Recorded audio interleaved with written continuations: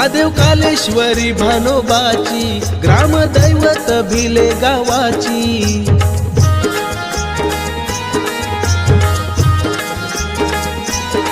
महादेव कालेश्वरी भानोबाची ग्रामदैवत भिले गावाची।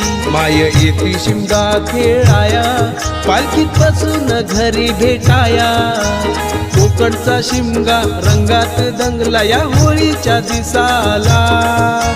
कोकणचा शिमगा रंगात दंगला या होळीच्या दिसाला।